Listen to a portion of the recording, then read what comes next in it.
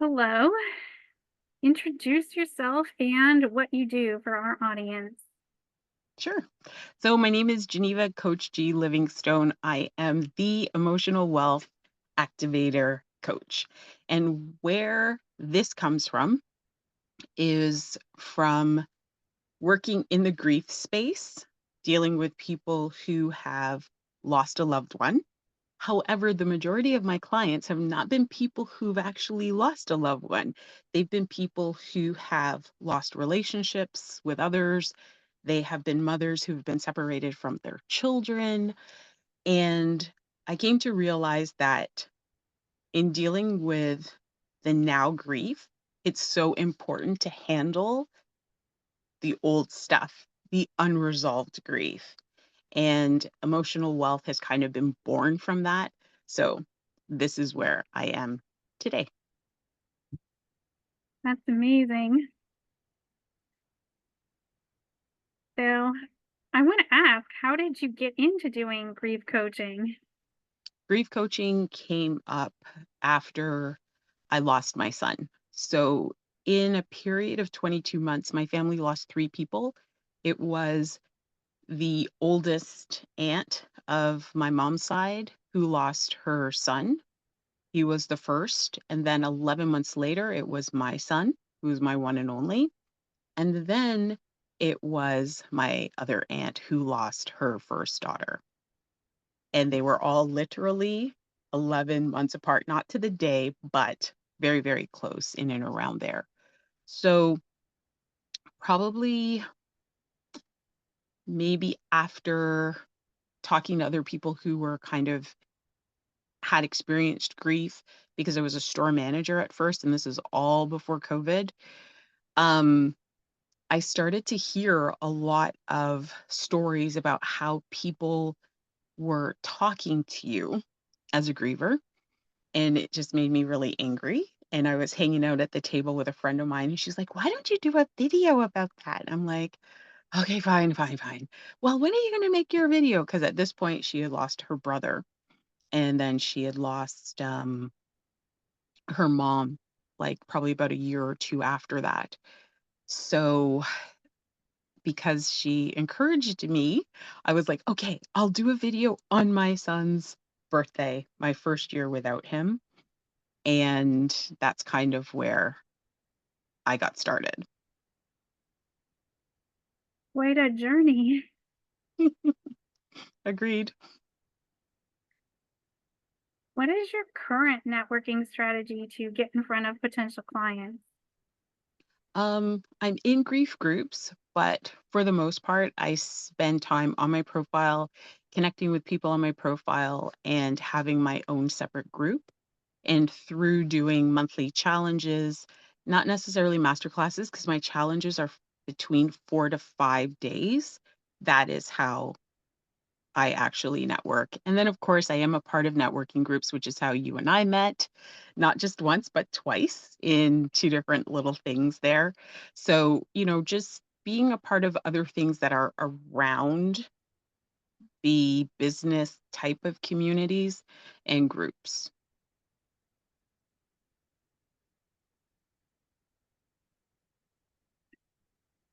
How have you changed the way you network over time since you started coaching? When I first started, I was actually on Instagram until my account got hacked, and then I had to come into Facebook. So the first thing that I did is I started out in getting into networking groups per se, and then my schedule got super, super busy. And then after really investing in a lot of different coaches and looking at different strategies, it was finding a strategy that worked for what I do full time in my job because I work 60 hours a week and I also run my coaching business. So I needed something that could create the balance of both without burning me out. Yeah, that's pretty amazing in and of itself. Because I know a lot of the networking groups, depending where you're located, might be during the day. And if you're working at that time, it can be hard to attend those as well. 100%. And my days off are weird because my days off are Mondays and Tuesdays. So I'm not even in the community at this time. I can't be with my job.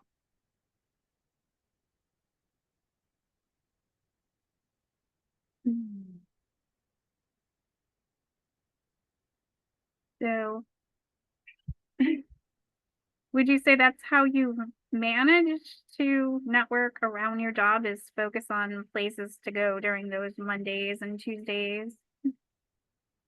No, I actually focus my networking just online and not in the community because Mondays and Tuesdays in my city are very quiet. There's like it's all the stuff that I have to do because I still have to run a home, right? I still have to have a break and I still have to be with my friends. So I usually use my days off to work online and then also to maintain my lifestyle. Right. That definitely gives me a better picture of what that can look like. Mm. What do you think is the most important thing for business owners to start networking? The most important thing is not knowing where your people are, not that at all, but really being comfortable with networking, period.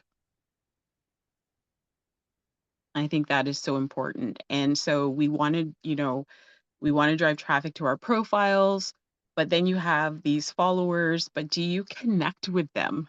We build these groups, but are you connecting with the people in your groups? And if you are afraid to do that, then my question is, why do you have a business?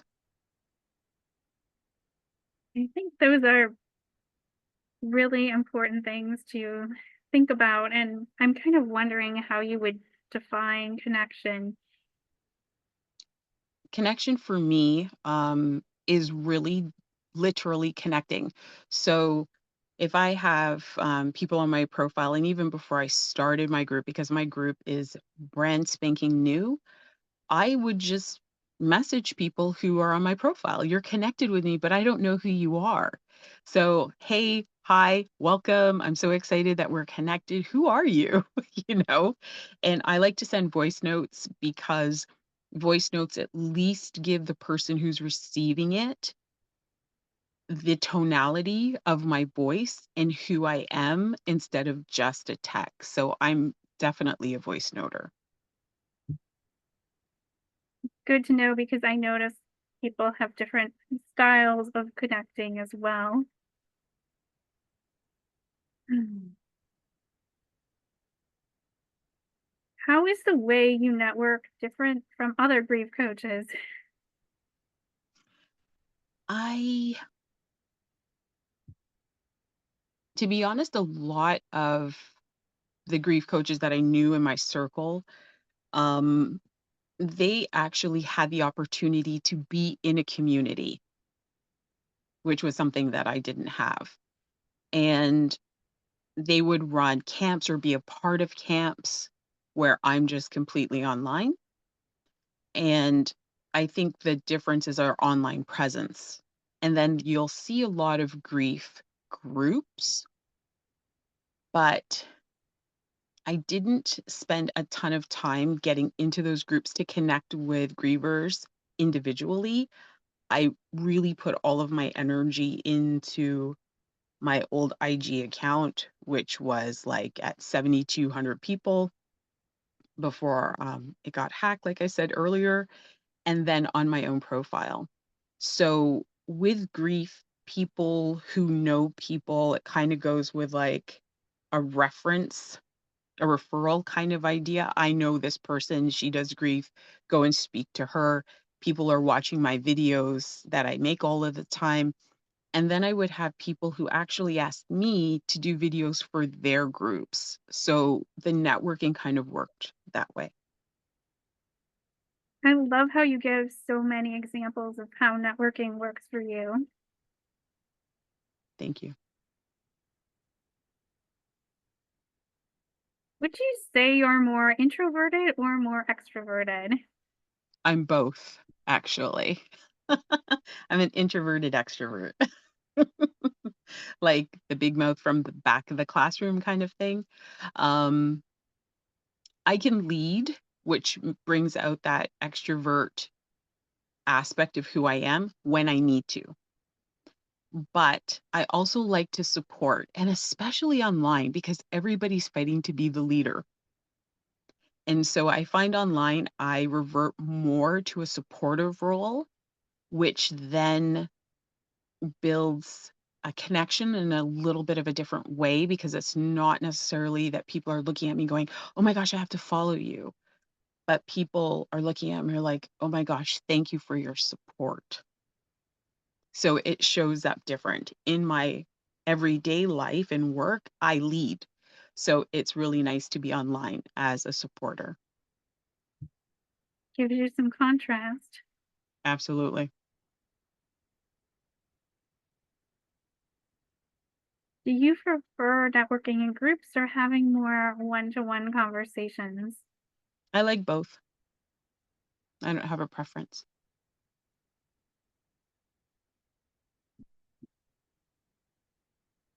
Would you say that getting comfortable being uncomfortable is part of the entrepreneurial skill set? Yes, and I hear people talk about that all the time. Um, I'm going to push back on it just a little bit because I think that when you are forcing people to be constantly uncomfortable, they don't feel safe. And I think that that might just come from my years of coaching and training people to work in the businesses because I'm in retail. So when you can cut things down to the smallest bit and make them comfortable enough to take that step, then I find they grow, they stretch, you put the next step in, you add the next step in. So this whole thing, get comfortable being uncomfortable, it's a part of a lot of people's journey, but I don't see them getting work done, and I don't like it. So you're more of like taking a gradual approach of like gradually getting into something. For sure. For sure. I mean, if you're comfortable, obviously jump headlong into it and have a great time. But for people who are not, it is paralyzing. Do it. And they're like, how does that make sense? And I also see the crash and burn. So to avoid the crash and burn, to avoid this person feeling terrible about who they are, take the small step. Feel good, feel the stretch, take the next small step, and then boom, they're off and running and they can maintain it.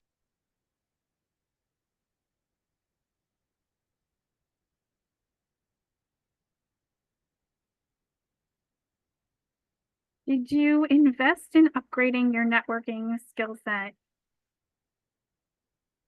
No, I think networking has just come from doing it.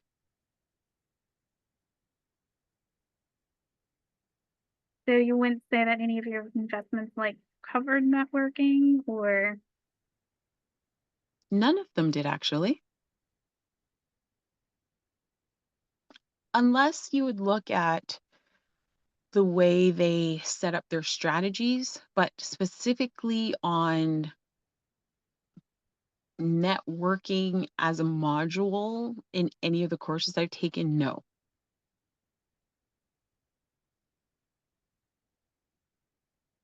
mm.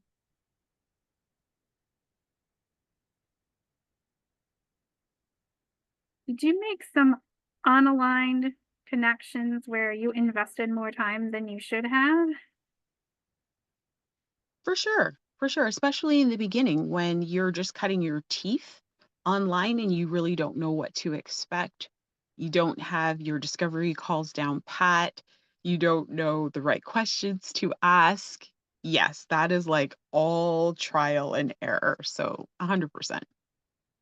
Yeah, I've definitely done that too, and I'm a lot more careful like about who I add as friends and how much time I devote to connections where I don't feel that reciprocal energy. Mhm.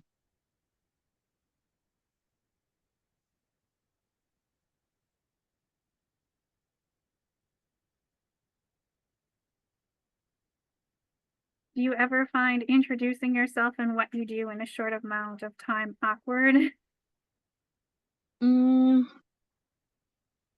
no, not really. Um, because when you're like, "I'm a grief coach," it's like everybody knows what that is. So it's not awkward. I think as the iterations of my change have come, like going from just being a simple grief coach to transformational and then now being an emotional wealth activator coach, yes, because the layers get a little bit deeper, but it's not very hard to explain because grief is grief. Yeah, and I think most people have an understanding, at least a basic understanding of what that is. Exactly. Yeah.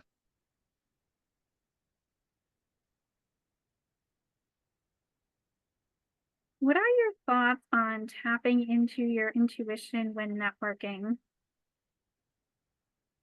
Um, Thinking like having to stop and think about it is really different than just doing it because I find that I just gravitate towards certain people and I have fun because that person is like excited me.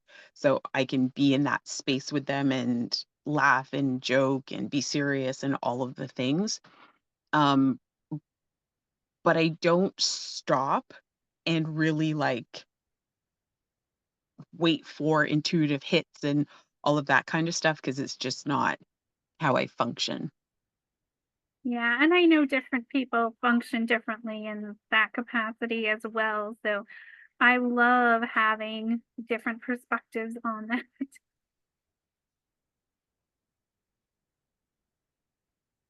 Any closing remarks or things you want to add? This is your chance to really expound upon all of these things that you've been saying. For sure. Um, what do you think would best serve your audience? Is your audience people who have been in business for a long time? Are they just cutting their teeth and feel a little afraid? Who are your people? I would say in my group right now, there is a mixture of people. There's some people who've been at it for a while and pretty successful. There's people who are kind of in the middle, where they're getting to that point. There's people who are just starting. There's people who may have even been at it a while and aren't super successful. So I think there's a range in there. Okay. All right. So for the person who is so afraid, they want to build their business, so we'll start with them because again, in the majority of programs, they don't have modules on networking. They have the strategy of just connect with people, find your people. And they're like, what do I do? Where do I go? So they add themselves to all these different groups and they're trying to promote themselves, but they're not feeling the connection. And so I would say to them, just really dial back a little bit on that and build from your profile first. Become comfortable with communicating with the people who you're already connected to. And, you know, somebody who's just starting out that only has like 500 people, well, then you're going to begin to hit that blue button to friend people, and you're going to respond with the blue button for people who are friending you and just get into the motion of friending people and saying a simple hello to connect. And the same thing works for those who have been in business for a long time but are not getting the clients.